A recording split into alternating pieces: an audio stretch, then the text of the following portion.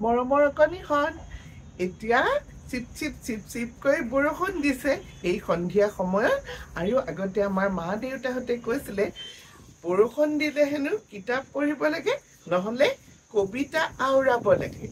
আজি বহুত দিন তোমালোকক কবিতা কোৱা নাই আৰু কবিতা পঢ়ি শুনোৱা নাই গতিকে আজি মই অমাতৰ মাত নামৰ শ্ৰদ্ধাৰ গোলোক চন্দ্ৰ শৰ্মাদেৱৰ কিতাপখনৰ পৰা এটা সুন্দৰ কবিতা অমাতৰ মাত লৈছো তোমালোকক পঢ়ি শুনাবলৈ শুনি কেনে পালা মোক জনাবা আগতে তেখেতৰ ইমান ধুনীয়া ধুনীয়া পদ্যবিলাক মই পঢ়ি শুনাইছো তোমালোকক আজি যিটো পদ্য লৈছো শুনাচোন এনে ধুনীয়াকে লিখি থৈ গৈছে তোমালোকৰ কাৰণে ককাজনে শুনাচোন কি লিখিছে অমাতৰ মাত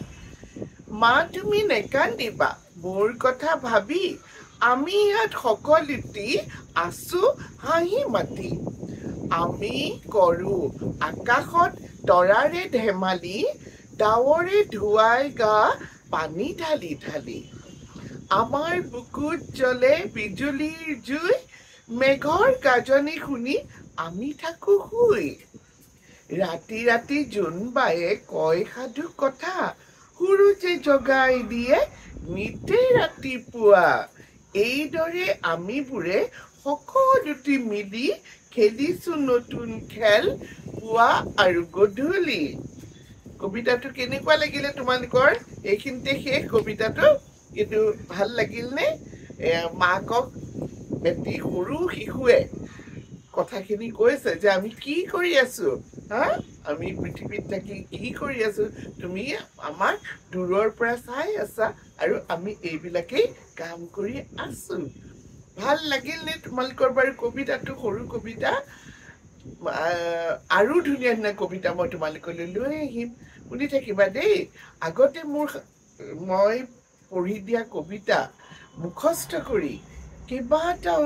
কণমানিয়ে মোলৈ ভিডিঅ' পঠিয়াইছিলে আৰু মই সেই ভিডিঅ'বিলাক মোৰ পেজত আপলোড কৰি দিছিলোঁ বহুতে সেইবিলাক চাইছিলেও তোমালোকে আকৌ মোৰ আগৰ যিমানবিলাক কবিতা আছে মই পঢ়ি দিয়া সেইবিলাক মুখস্থ কৰিবাচোন বা আন কবিতা মুখস্থ কৰি মোলৈ পঠিয়াবা বুলি মই আশা কৰিলোঁ এতিয়াৰ কাৰণে বাই বাই কালি জন্মাষ্টমী চাগে খুব ফূৰ্তি কৰিলা সকলোৱে মোৰ মৰম ল'বা দেই বা এই গোটেই ভাদ মাহটো নাম চলিব কৃষ্ণৰ বন্দনা চলিব আৰু তোমালোককো যাতে শ্ৰীকৃষ্ণ প্ৰভুৱে কুশলে ৰাখক আৰু সুকলমে ৰাখক এতিয়াৰ কাৰণে বাই বাই বাই বাই